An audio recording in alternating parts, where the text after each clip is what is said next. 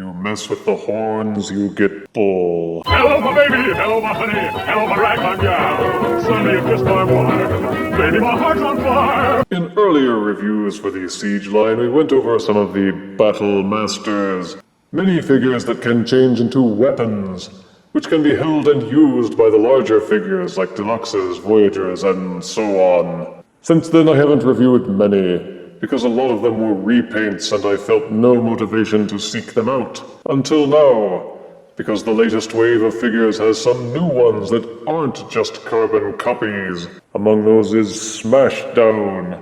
This one seems to have no Generation 1 roots to elucidate, and is a new character. The announcements for the release of this figure had people using both male and female pronouns, and so this figure remains for the time being gender neutral. A genderless robot.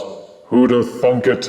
Anywho, the box is a dinky one, just like the other Battlemaster figures, with the contents visible through the plastic. Character art is on the front panel, and on the back, photos of both modes and how to use it with the other figures in the Siege line, along with all the normal Lego mumbo-jumbo. The box wastes no time with bios or secret blacklight nonsense, and neither will we. Let us open this box and review him or her properly. Out of box, Micromaster Smashdown comes with the instruction sliver and a fire blast accessory. And this is Battlemaster Smashdown out of box and in his/her alt mode. What is this thing, you may ask? Well, it looks a lot like a big T. There's millions of dollars buried under a big T!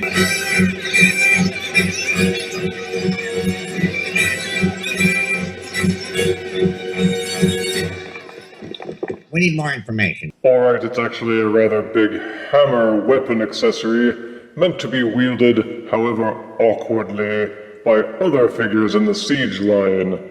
The Deluxes, Voyagers, and Leader class figures. Anything smaller would just look silly.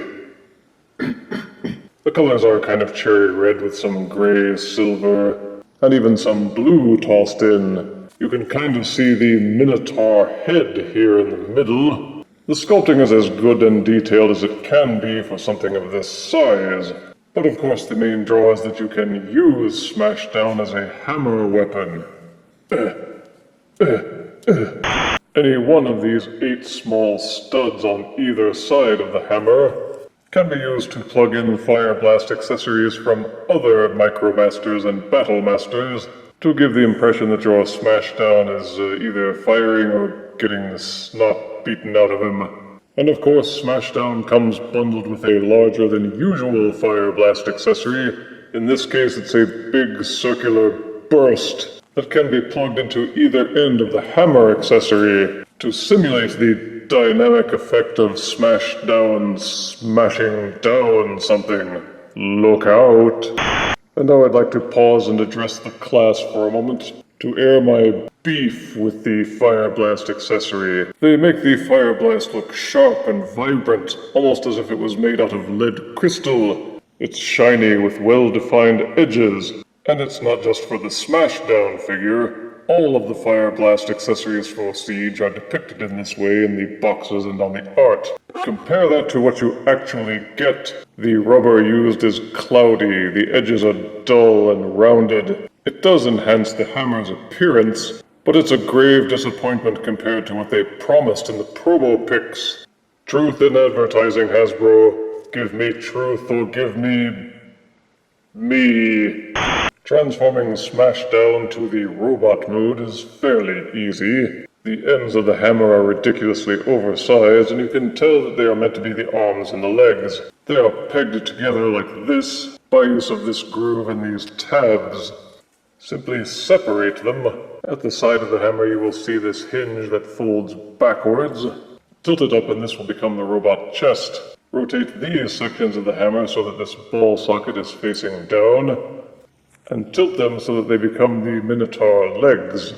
Do the same with the arms. Fold them down so that these silver bits are facing forward, and these notches are the hands. Then just angle up the Minotaur head slightly, and the transformation is complete. And this is Smashdown in his or her robot mode, or rather the Minotaur mode. A lot of folklore depicts the fabled Minotaur as wielding a war hammer, and so I suppose it makes sense to turn a big hammer into a futuristic bull-headed robot. There's good sculpting and decent detailing for the size. The colors are maintained, and it's kind of neat just to have a Minotaur robot. Again, you can take other Fire Blast accessories and plug them into these holes on the sides, whether on the arms or on the legs. It's your choice. The Warhammer handle sticks out of the backside kind of ridiculously, but if you decide that it looks too silly, it can be removed. It plugs in sideways, just kind of tilt the handle outwards a bit to loosen it, and then it can be eased out of the groove into which it has been clipped. To reinsert as the tail, simply slide it into the groove. You will see this notch here at the back, and it fits into it kind of like a puzzle piece. It snaps together and holds fairly well. You can make Smashdown kind of hold this handle accessory by pushing it in here. It doesn't necessarily clip into place, but it does hold in. Then he can aim it forward like a rifle. You can also have him hold it as a club by taking the sort of hand notch and plugging this little protrusion into it until it holds and grips into place. And once you've done that, you can take the Fire Blast accessory and plug it into the other end and turn it into a parasol. Ooh, look at me. I can't go anywhere without my parasol. Tra-la-la-la-la-la. The articulation is very limited, but that's not surprising given the figure's small size. The head can spin and rotate on its ball socket, and can be nudged up and down slightly. Each one of the arms is on a ball socket, and will rotate 360 degrees as well as splaying in and out. The transformation joint at the waist can be nudged forward to make it look like the Minotaur is hunching a bit. Each one of the hips is also ball-socketed, so each leg can kick forwards and backwards freely before bumping into things, and can be splayed in and out. He has no elbows and no knees, so there are only a limited number of poses into which you can put your Smashdown. But again, they did the best they could given the limited size. For size comparison, here is War for Cybertron Battlemaster Smashdown, next to Power of the Primes Deluxe Terrorcon Blot. Here is Siege Battlemaster Smashdown, next to Combiner Wars Skyrain. And here is War for Cybertron Siege Micromaster Smashdown, next to Theseus. Smashdown is an unusual and therefore refreshing addition to the Battlemaster figures for the Siege line. Thankfully, this is not just another repaint remolding of the gun versions. It turns into a unique weapon and an equally unique robot. Positives are good sculpting and colors, an easy but effective transformation, extra fun with the Fire Blast accessory, and you can use it as a weapon with almost any other figure in the Transformers collection. Negatives are that the articulation isn't that great. There's some hollowness, the head is visible in weapon mode, and the Fire Blast accessory is very little like what we were led to believe it would be from the product photos. But for the price, it's still well worth a look and earns 7 out of 10 deaths. Now, if you'll excuse me, it's hammer time.